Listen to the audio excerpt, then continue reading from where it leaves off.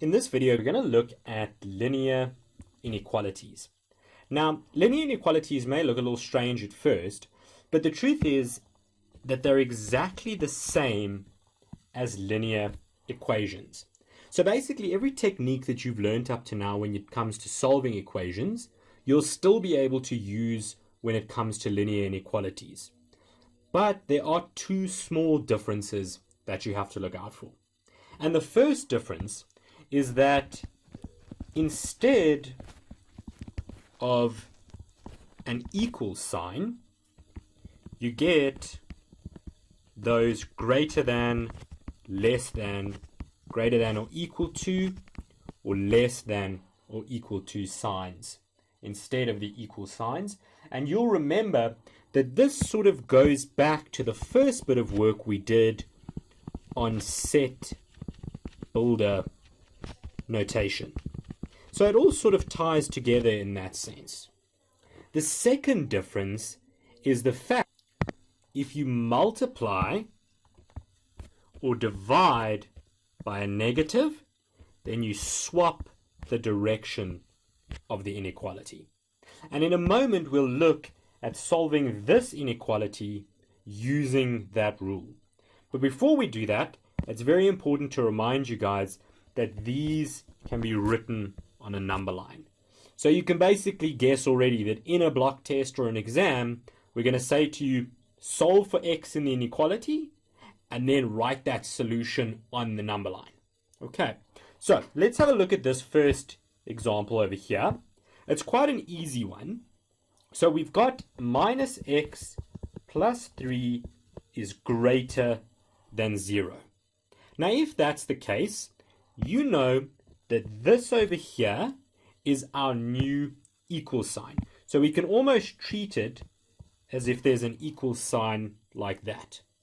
And if there was an equal sign there, you guys know that you would take this 3 over here and subtract it from both sides. And so you'd end up with minus x, but now instead of an equals, we put that symbol in, minus 3. So it's almost like I'm taking this plus 3 here, and I'm moving it over the same way I would if there was an equal sign there. But instead of the equals, we have the greater than sign. But we treat it in the same way. Now we want to get the x by itself, and in order to do that, we're going to divide both sides by -1. And the reason that I'm doing that is so that this negative and this negative will cancel out. So I divide both sides by -1, but I hope you realize that when I do that, I now apply the second difference over here, which is that we need to swap the direction of the inequality. So right now it's facing that direction. When I swap it, it's going to face that direction. So our answer will then be that negative and that negative cancelling out, that negative and that negative cancelling out. We would have x, swap the direction, and the 3. So what can you take away from this? You treat the inequality sign the exact same way you would treat an equal sign. The only difference is if you multiply or divide by a negative, then you swap the direction like we did over here.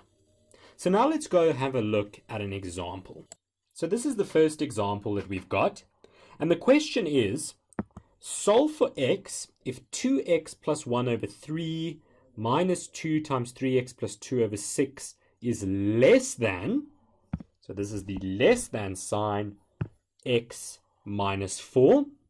And it further tells us that x is an element of integers. Now, this may seem to you like a very peculiar thing for them to write down, but you'll see that they go on to say, illustrate your answer on a number line. And when we get to that part, you will see that this idea of x being an integer directly relates to the fact that they want that answer on a number line. So, to start off with this question, the steps basically outline to us that even though we've got this inequality sign in the middle, we pretend there's an equals there, or we treat it as if there was an equals there. So we go about solving it in the exact same way, and you know that this question has got fractions in it. So we start off by counting our terms. We've got 1, 2, 3, 4 terms. We then find our lowest common denominator, which in this question will be 6. And then we take this LCD over here and we multiply it to every single term. And if you look at the video that I did on solving equations with fractions, you'll remember that I said it's like multiplying the LCD over 1. So we only apply that LCD to the numerator of each term. So when we go and do that, we're going to get the following. We're going to get 2 times x plus 1 over 3 multiplied by 6 over 1. And we don't need to write that 6 over 1, so we can just write it multiplied by 6 minus 2 times 3x minus 3x plus 2 over 6. And then again multiplied by 6, our LCD. And then instead of the equals, we use the less than sign, but we treat it the same way. And then it's going to be x times 6, which is just 6x, minus, and then it's 4 times 6, which is 24. Once we've done that, we can do our algebra, and you can see that this 3 and the 6 will cancel. We'll be left with 2. And so that first term will come out as 4, because 2 times 2 is 4. So 4, and then x plus 1. And in the second term, the 6 will cancel with the 6. So it will be minus 2 times 3x plus 2 is then less than 6x minus 24. And you can clearly see that over here, we now have a linear equation. And so we can go and solve that. We know that wherever we see a bracket like that or like that, we're going to go and distribute the outside number in. So it will become 4 times x, 4 times 1. And then in the second bracket, we're going to take that negative 2 and multiply it in. So when we do that, we get 4 times x, which is 4x, 4 times 1, which is 4, minus 2 times 3x is minus 6x, and then minus 2 times 2 is minus 4, and that is all less than 6x minus 24. We can go and look for our like terms then. So we have an x there, a minus 6x, and a 6x over there. And then we also have 4, a negative 4, and a 24. So by doing that, we will get minus 2x on the left-hand side is less than 6x minus 24. We can then subtract 6x from both sides. So we would get minus 8x is equal to, or is rather less than, minus 24. We're dividing now by negative 8 on both sides. And our rule said that if we divide or multiply by a negative, we swap the direction of the sign. So the sign in this case is in that direction. Because we divide by that negative, we swap it to that direction.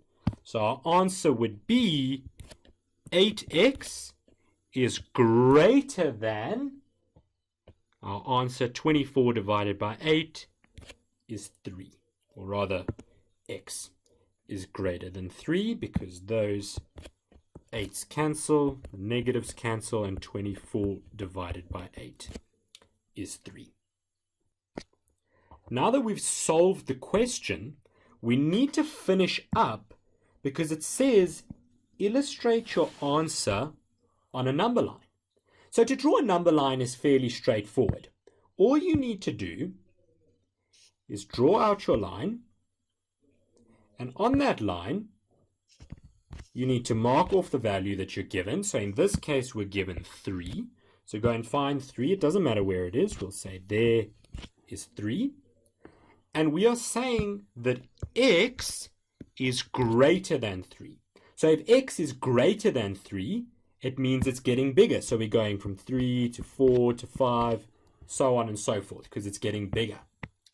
But it also says to us that x is an element of integers. So we can't just write our solution with a dot and going on forever, because that's not how it works. Instead, we have to specifically show on the number line that it's an integer. So the way that you do that is by writing the next few numbers. So 4, 5, 6. Usually 3 numbers is good enough. And then we know that we're starting at 3, but it's non-inclusive. So if it's not including 3, it would be an open dot, and then a closed dot on 4, a closed dot on 5, and a closed dot on 6. And we know that we can't fill in any of the gaps in between those numbers because it is an integer. It has to have a gap between those numbers.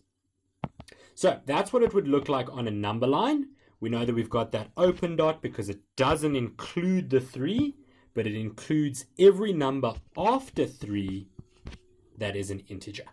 So now we can have a look at another example. So this example again, it looks slightly different because now instead of simply having one inequality sign, we've got 2. And in all honesty, the fact that there's 2 inequality signs actually doesn't make the question any more difficult. It just means that we're pretending like there are 2 equals in the question. So an equals there and an equals there. And whatever we do over here, we have to do over there as well. So the question is minus 5 x minus 2 less than 10.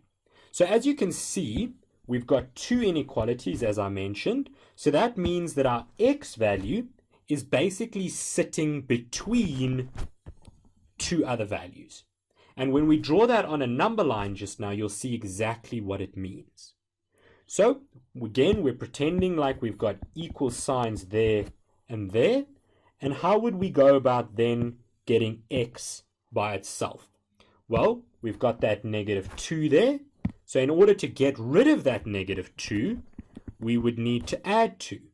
So we add 2 over there, we add 2 over there, and we add 2 over there. So basically think of it like this. If I had the equation x minus 2 equals 10 and x minus 2 equals minus 5, how would I get x by itself? Well, I add 2 to both sides, and I'm doing the exact same thing over here, except it's all in one line. So we're just pretending that we've got 2 equals there, same as we would over here, and we're going to fulfill this equation or solve this equation in the exact same way. So minus 5 plus 2 gives us minus 3, greater than or less than or equal to x, which is less than 12. So now that we've managed to finally solve this inequality, ask yourself, how can I say this inequality in words? And I hope you realize that what this here is saying to us is that x is between 10 or x is between 3 and 12. So now that we've done that, we can go ahead and write this out on our number line. So the way that would look is we would draw in our line. We then go and take our values. So we've got minus 3 and 12. So you just write it out, minus 3 and 12. And remember, guys, this is just a sketch, so we don't have to do it neatly or anything like that, as long as you've got the line and you filled in your numbers. Then we go and have a look. We're saying that we are between 3 and 12, and we also know that we are an element of integers. So it's every single number, including fractions, including decimals, absolutely everything between 3 and 12. But going back to our inequality notation, we know that over here, we've got this line underneath, which tells us it's inclusive.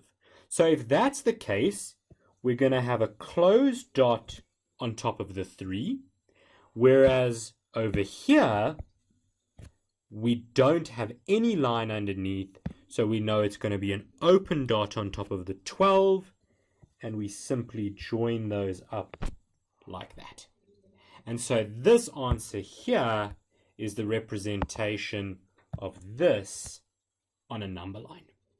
So I hope you fully understand how we dealt with this kind of a question. Even though we had two inequality signs to begin with, there and there, the truth is that we could almost split it up and deal with two separate equations and ask ourselves, how would we solve those equations? And then apply it on both sides like we did, where we added the 2 like that.